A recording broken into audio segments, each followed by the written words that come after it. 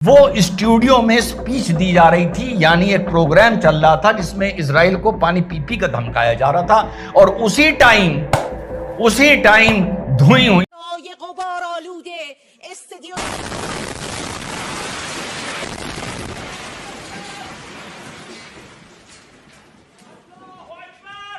Madam के अंदर पाकिस्तान की आत्मा आ गई अचानक से। हाँ,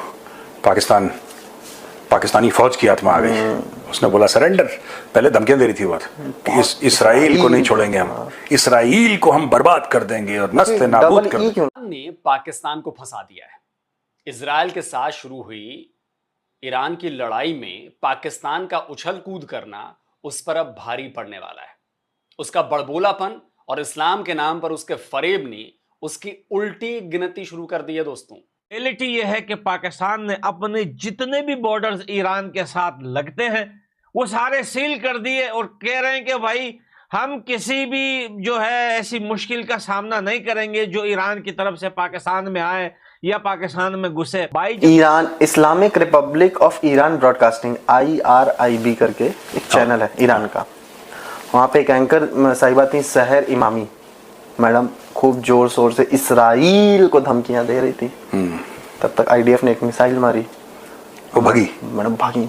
देख रहा था मैं टीवी पे। मैडम के अंदर पाकिस्तान की आत्मा आ गई अचानक से। हाँ, पाकिस्तानी फौज की आत्मा आ गई। उसने बोला सरेंडर।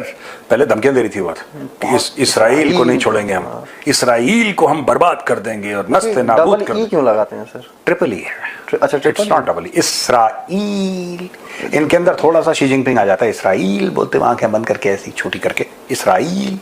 ये है तो इसराइल की इनकी इसराइल ने मार दिया मिसाइल वहां पे। पूरा स्टूडियो देखा वो पूरा 1 मिनट के लिए हिला। अरे कई सारे जर्नलिस्ट मारे गए सर उनके। हाँ, और जो बहन जी आग उगल रही थी वो भगी वहां से। उन्होंने बोला कि यार हो गया जिहाद बात खत्म। जिहाद अभी खत्म, शिफ्ट भी नहीं खत्म हो रही है। पीसीआर बोला हेलो हाँ पीसीआर क्या हुआ ये? अरे मैडम हमारे ऊपर एक मिसाइल गिरी है। पीसीआर भाग गया पूरा। मैडम हम तो चले।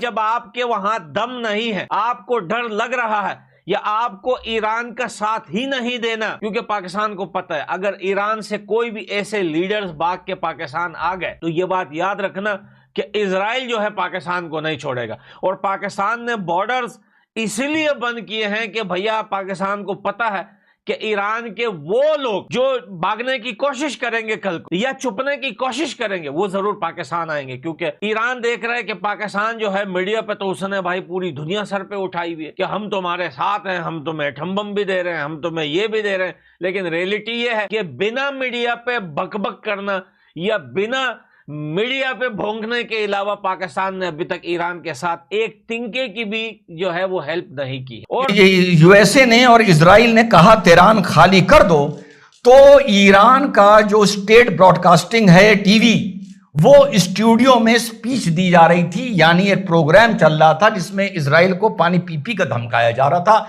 और उसी टाइम धुई हुई है और वहां पर 3 लोगों के हलाक होने की खबर है। और जो मोहतरमा इजराइल को धमकी दे रही थी वे शुक्र है कि उनकी जान बच गई। ये वहां की, क्योंकि वहां पर प्राइवेट चैनल्स नहीं हैं, ये वहां की बहुत ही पॉपुलर एंकर हैं या मॉडरेटर हैं। और तेहरान एयरपोर्ट भी बॉम्ब कर दिया गया है और अब इजराइल भी थोड़ा हाथ खोल के ईरान पर अटैक कर रहा है और फोर्दो न्यूक्लियर बेस पर भी फिर से इजराइल ने अटैक किया है, जिसकी वजह से एक थोड़ा सा अर्थक्वेक वहां देखने को मिला है। दोस्तों, ईरान की सरकारी न्यूज चैनल पर पत्रकार लाइव टीवी शो में इजराइल को धमकी दे रही थी, तभी इजराइल की मिसाइल स्टूडियो पर आकर लगी और ईरानी पत्रकार को वहां से भागना पड़ा। और दोस्तों, ईरान और इजराइल के युद्ध से डरे पाकिस्तान ने भी ईरान से सटे अपने सभी बॉर्डरों को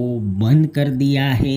इस पर मीडिया के रिएक्शन चलो देखते हैं। दोनों ही देशों ने एक दूसरे के ऊपर जो स्ट्राइक्स हैं वो तेज कर दी हैं। इसके साथ साथ अब इस जंग में अमेरिका के शामिल होने की भी अब पूरी उम्मीद नजर आने लगी है। लेकिन सबसे बड़ा सवाल तो जो उठ रहा है ना, वो पाकिस्तान को लेकर उठ रहा है।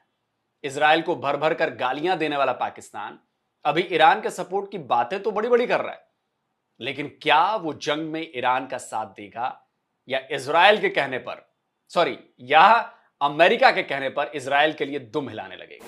पाकिस्तान देखिए दिल से तो चाहता है कि हम ईरान पर न्यूक्लियर मिसाइल मार दें।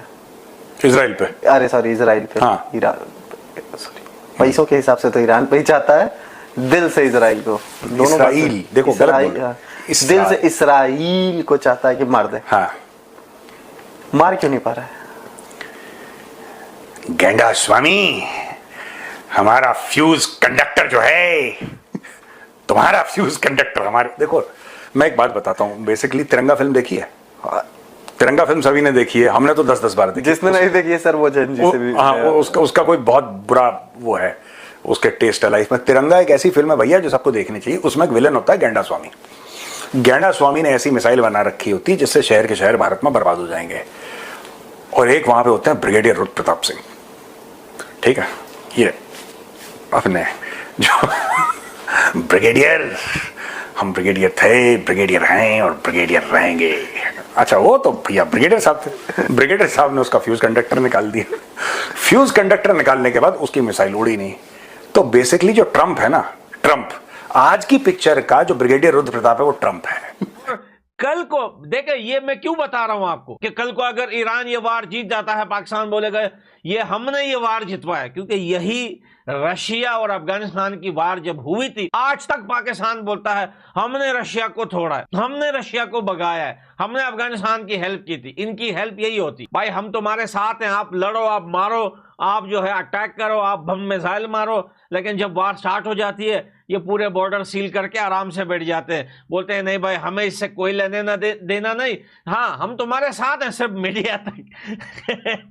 ये इन हरामियों का बहुत पुराना उसूल है और यही ये चीज ये करते आ रहे हैं। आज आप देखिए अफगानिस्तान जो है, अफगानिस्तान ईरान से लाखों लोग अभी तक आ चुके हैं। और याद रखना ये अभी सिलसिला रुका नहीं है, ये ईरान के जो आम सिविलियन लोग हैं वो आते जा रहे हैं, अफगानिस्तान में घुसते जा रहे हैं। लेकिन पाकिस्तान जिसने अपना सीना थपथपाया था ईरान के लिए कि भैया आप इजराइल से लड़ो, आप टेंशन मत लो, आप सिर्फ लड़ो इजराइल से, बाकी हम संभाल लेंगे, बाकी केएफसी हम तोड़ेंगे भाई, यहाँ पे कोका कोला जो है सड़क पे दुकानें तोड़ेंगे, लेकिन भाई पीएसएल में वहां पे दबा के एडवर्टाइजमेंट करेंगे क्योंकि वहां पे पैसा मिलता है। समझ जैसी हमारी आपकी बात हुई थी कि जो भी शेफ्स लगती हैं एनरिचमेंट के लिए वो वाइब्रेशन नहीं झेल पाती, तो शायद जो फोर्डो न्यूक्लियर बेस की हमारी आपकी बात हुई थी, जो कंक्रीट माउंटेन्स के बिल्कुल नीचे है, हार्ड स्टोन माउंटेन्स के नीचे, वहां पर शायद अब ये वाइब्रेशन के थ्रू इस डिस्ट्रक्शन को अचीव करना चाह रहे हैं। और इंटरनेशनल एटॉमिक एजेंसी की ये रिपोर्ट आ गई है कि नटास जो इनका